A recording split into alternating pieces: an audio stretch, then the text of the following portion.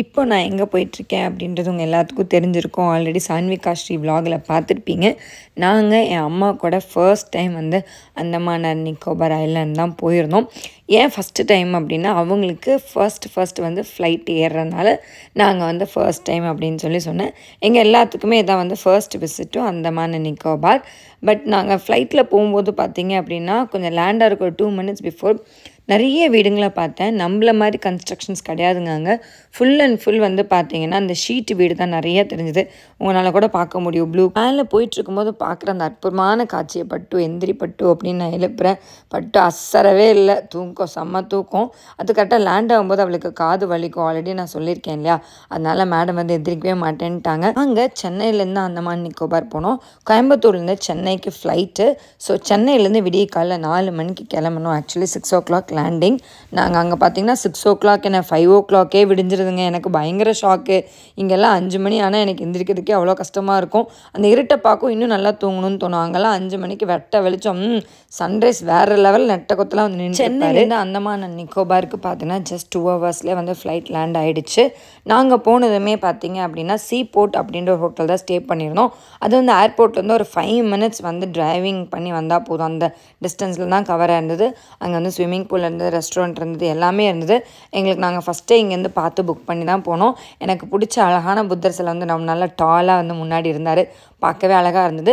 நம்ம இங்கே எப்படி இருப்போமோ, இந்தியாவில் எப்படி இருப்போமோ அதே தாங்க. நம்மளோட ஃபுட்ஸே தான், நம்மளோட வெஹிக்கல்ஸ் தான், எல்லாமே நம்ம தான். மேக்ஸிமம் வந்து 60% 70% வந்து ஹிந்தி பேசுகிறாங்க.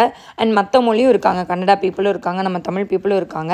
ஸோ நாங்கள் ஃபஸ்ட்டு போகிற பிளேஸ்க்கு கிளம்பிட்டோம். கிளம்புற வழியில் பார்த்திங்கன்னா நிறையா டெம்பிள்ஸ் பார்த்தோம், சர்ச் பார்த்தோம், மசூதிஸ் கூட நிறையா பார்த்தோங்க. உண்மையாலுமே பார்க்கவே எனக்கு அவ்வளோ அழகாக இருந்தது.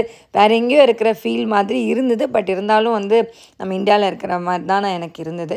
போகிற வழியில் பார்த்தீங்க அப்படின்னா நாங்கள் வந்து ஏர்லி மார்னிங் செக்இன் பண்ணிட்டோம். ஸோ அங்கேயே நாங்கள் பிரேக்ஃபாஸ்ட் முடிச்சிட்டோம். அதனால் நாங்கள் வந்து ஃபஸ்ட்டு எங்கேயாவது ஒரு சைட் சீயிங் போயிட்டு லஞ்ச் முடிச்சுக்கலாம் அப்படின்னு சொல்லிட்டு ஸ்ட்ரெயிட்டாக போகும்போது தான் டிரைவர் நான் காமிச்சார். இதுதான் வந்து ஃபேமஸான செல்லார் ஜெயில் அப்படின்னு சொல்லிட்டு இதோட வரலாறை வந்து அவர் எங்ககிட்ட சொல்லிகிட்டே வந்தார். இது வந்து ஒரு லேண்ட் வந்து மேலே இருக்க மாதிரி இருக்கும். ஒரு பாதை, அதாவது நம்ம யூ டர்ன் சொல்லுவோம் இல்லையா, நம்ம ஹில்ஸ்லலாம் போகும்போது வந்து யூ டர்ன் சொல்கிறோம்ல, அந்த மாதிரி யூ டர்ன் பண்ணிங்க அப்படின்னா கீழே பார்த்தீங்கன்னா அழகான ராஸ் ஐலாண்டு தெரியும். அவரை வந்து எங்களுக்கு இங்கிருந்தே காமிச்சார். அந்த லாஸ்ட்டில் தெரியறது தான் வந்து ராஸ் ஐலாண்ட், நீங்கள் தான் போகிறீங்க அப்படின்னு சொல்லிட்டு. அங்கே யார் இருந்தாருங்க அப்படின்னு பார்த்தீங்கன்னா பிரிட்டிஷ் பீப்புள் தாங்க. உண்மையாலுமே அங்கே நாங்கள் போய் பார்த்ததில் ரொம்ப நல்லா இருந்தது. நீங்கள் அந்தமான் நிக்கோபார் பிளான் பண்ணுறீங்க அப்படின்னா அந்த இடத்த மிஸ் பண்ணாதீங்க. வர முடியாதவங்க ரெட்ரோ படத்தில் வந்து அந்த சீன்ஸ் நிறையா வந்திருக்கு. அங்கே எடுத்த சீன்ஸும் வந்து நிறையா போட்டிருக்காங்க. எனக்கு பார்த்ததுமே வந்து ரெட்ரோ படத்தில் வந்து பார்த்த மாதிரியே இருந்தது. சூர்யா சார் படத்தில் பார்த்த மாதிரி இருந்தது. நான் கேட்டேன். அப்புறம் அங்கே இருக்கவங்க சொன்னாங்க, ஆமாம் இங்கே ஷூட்டிங் பண்ணாங்க அப்படின்னு சொன்னாங்க. போன உடனே ஒரு பெரிய ஷாக் என்னென்னா, எனக்கு இந்த மான் தாங்க. எனக்கு உண்மையாலுமே டியர்ஸை ரொம்ப ரொம்ப ரொம்ப பிடிக்கும். அதுக்காகவே நான் வந்து நம்ம கோயம்புத்தூரில் மசனகுடின்ற பிளேஸ் ஊட்டியில் இருக்கு இல்லையா, நான் வருஷத்தில் 2-3 வாட்டி போயிடுவேன். எனக்கு மானை பார்க்கணும் அவ்வளோ ஆசை. எனக்கு அங்கே பார்த்து கிட்டத்தோட போகும்போது அவ்வளோ ஒரு ஹாப்பினஸ்ஸாக இருந்தது. அது என்கிட்ட சாப்பாடு கேட்டுச்சு, பட் என்கிட்ட இல்லை. அதோட கொம்பை தொடும்போது அதுக்கு கோவம் வந்துருச்சு. அதனால் சாரிப்பா என்னை மன்னிச்சிரு அப்படின்னு சொல்லிட்டு டீசெண்டாக சொல்லிவிட்டு அங்கேருந்து கிளம்பிட்டேன். அங்கேருந்து ஒரு 1 kilometerக்கு வந்து போகணும் அப்படின்னா அப்ஸ் அண்ட் டவுன்ஸ் ஏறி இறங்க முடியாது. அதனால நாங்கள் வந்து அம்மாவை கூப்பிட்டுட்டு பேட்ரி காரில் போயிட்டோம். உண்மையாலுமே பார்க்குறக்கு அத்தனை டியருங்க, அப்பா வாய்ப்பே இல்லை, அவ்வளோ இருந்தது. போகிற வழியில் அந்த பேட்ரி டிரைவரில் வந்தவரும் வந்து இங்கே வந்து மார்க்கெட்ஸ் இருந்தது. அதாவது அந்த ஐலாண்ட்குள்ளேயே பார்த்தீங்க அப்படின்னா, அதாவது படம் பார்க்குறக்கு தனியாக பிளேஸ் தாங்க காமிச்சிருப்பாங்க அது. அண்ட் மோர் தென் கோயில் இருந்திருக்கு. யாராவது வந்தாங்க அப்படின்னா அவங்களுக்கு தனி கெஸ்ட் ஹவுஸ் எல்லாம் இருந்திருக்கு. அது எல்லாமே போகிற வழியில் சுற்றி காமிச்சிட்டே போனார். அவ்வளோதானே, நமக்கு அந்த பாயிண்ட் முடிஞ்சிருச்சுல அப்படின்னு சொல்லிட்டு ரிட்டன் போகலாம் அப்படின்னு சொல்லும்போது இல்லை இங்கே இறங்கி நீங்கள் ஒரு 200 meters நடந்து போங்க அப்படின்னாங்க. இறங்கும்போது இறங்கிட்டோங்க. செம்மையாலுமே கால் வலி. மான் பார்த்தீங்கன்னா கூடயே வந்துச்சு. என் கூட சூசா கூடலாம் கூடயே வந்துச்சு. கஷ்டப்பட்டு இறங்கி நடந்து போய் பார்த்தா வர்த்துங்க அந்த பிளேஸ். உண்மையாலுமே அந்த பிளேஸ் இது தான். கீழே பார்த்தீங்கன்னா தண்ணி, மேலே நம்ம பிரிட்ஜில் நடந்து போனோம் அப்படின்னா அங்கே வந்து ஒரு ஸ்டாச்சு பார்த்தீங்கன்னா தெரியும், ஒரு குட்டி லைட் ஹவுஸ் தெரியும். ஜெயிலுக்கு போகிறவங்க பார்த்தீங்க அப்படின்னா ஷிப்பில் வரும்போது அது மூலியமாக தான் வருவாங்களாம். ஸோ அதை வந்து படித்து பார்த்துட்டு சூசா சொல்லி கொடுத்தான். இந்த மாதிரி நீயும் வந்து சல்யூட் கொடு, இவங்கனால தான் நம்ம இப்போ இந்த இடத்துல நிற்கிறோம் அப்படின்னு சொல்லி சானுக்கு வந்து அந்த ஹிஸ்ட்ரி சொல்லி கொடுத்துட்டு இருந்தான். சானு வந்து அவங்களுக்காக சல்யூட் கொடுத்துட்டு இருந்தாங்க. அப்போ பார்க்கும்போது எனக்கும் அழகாக இருந்தது. படித்து பார்க்கும்போது அழகாக இருந்தது. பட் அந்த கதையில் கேட்கும்போது ரொம்ப கஷ்டமாக இருந்தது. வரும்போது பார்த்தீங்க அப்படின்னா இந்த தண்ணியில் இந்த ஃபிஷ்ஷுங்க அலை அடித்தா வந்து வெளியில் வருது. அலை அடிக்கலை அப்படின்னா அது வந்து அந்த பாறைக்குள்ளே போய் அலைஞ்சிது. இதோட ஹிஸ்ட்ரி கேட்கும்போது எனக்கு ரொம்பவுமே அழகாக இருந்தது. பட் அதோட வேதனைகள் கேட்கும்போது இன்னும் ரொம்ப கஷ்டமாக இருந்தது. இதெல்லாம் பார்த்து முடிச்சுட்டு மானுக்கு ஒரு டாட்டா பபாய் சொல்லிட்டு நம்ம ரெட்ரோ படம் எடுத்த சீனெல்லாம் கிட்ட போய் நின்று ஃபோட்டோ எடுத்துகிட்டு நான் பட்டுவை கூட்டிட்டு ரிட்டன் வந்துட்டேன். அந்த ஊரில் என்ன பிரச்சனைனா எப்போ வெயில் அடிக்குது எப்போ மழை வருதுன்றது நமக்கு தெரியாது. ஸோ போகும்போது எப்பயுமே வந்து மழைக்காக குழந்தைங்கள கூட்டிகிட்டு போனாலும் இல்லை நீங்கனாலும் எங்கே இறங்கி போனாலும் ஒரு அம்பர்லா ஒரு ரெயின் கோட் வந்து கையோட கேரி பண்ணிகிட்டே போங்க.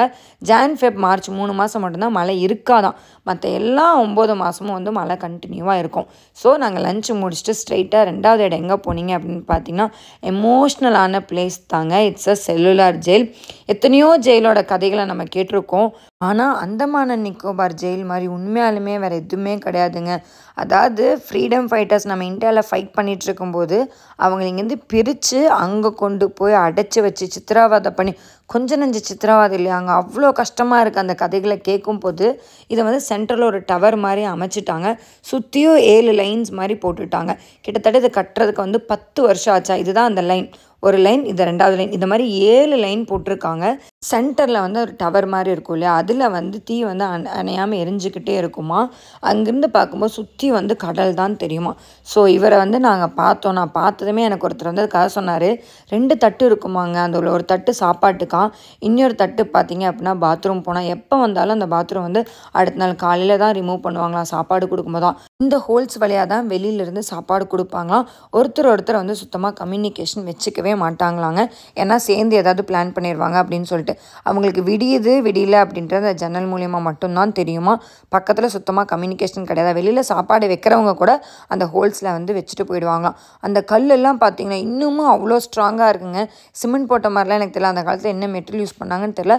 பட் இன்னும் வந்து பார்த்தீங்கன்னா பயங்கர ஸ்ட்ராங்காக இருக்குது.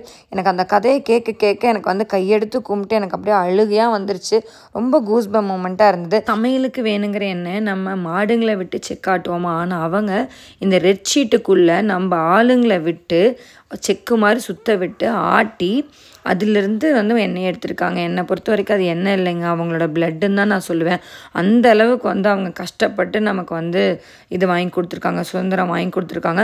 ஒன்ஸ் இந்த ஜெயிலுக்கு போயிட்டா அப்படின்னா 99.9% வந்து மரணம் தானா. யாருமே வந்து இது நாள் வரைக்கும் வந்து வெளியில் வந்ததில்லை உயிரோட. ஃப்ரீடம் வந்து விட்டதுக்கு அப்புறம் தான், அதாவது நம்ம வந்து சுதந்திரம் வாங்கினதுக்கு அப்புறம் தான் மிச்சம் யாரெல்லாம் இருந்தாங்களோ அவங்களாம் சுதந்திரமாக வந்தாங்க அப்படின்னு சொல்லி அவங்க சொன்னாங்க. பட் நம்ம வந்து பார்த்தீங்க அப்படின்னா இங்கே வந்து 1 சென்ட்டுக்கு 2 சென்ட்டுக்கு நீ இடம் விடலை நான் இடம் விடலைன்னு சொல்லி இங்கே 1 சென்ட்டுக்கு அடிச்சுட்ருக்கோம். மொத்த இந்தியாவுக்குமே சுதந்திரம் வாங்கி கொடுத்தா அவங்களெல்லாம் யோசிச்சு பார்த்தீங்கன்னா நமக்கு அந்த சண்டை போடுறது கூட வராது. இன்னொன்று என்னென்னா எல்லா ஈவினிங் 5:50 6:50க்கு வந்து ஹிந்தியில் ஷோ போடுறாங்க. அது என்னன்னு பார்த்தீங்கன்னா அவங்க எப்படிலாம் கஷ்டப்பட்டு வந்தாங்க, எப்படி நமக்கு வந்து ஃப்ரீடம் வந்து கிடச்சிது அப்படின்றது, அங்கிருந்தால் என்ன பண்ணாங்க அப்படின்றதெல்லாம் கண்டிப்பாக அங்கே போனீங்கன்னா இந்த லைட்னிங் ஷோ பார்க்காம வராதிங்க. வீடியோ பிடிச்சதா லைக் பண்ணுங்கள்.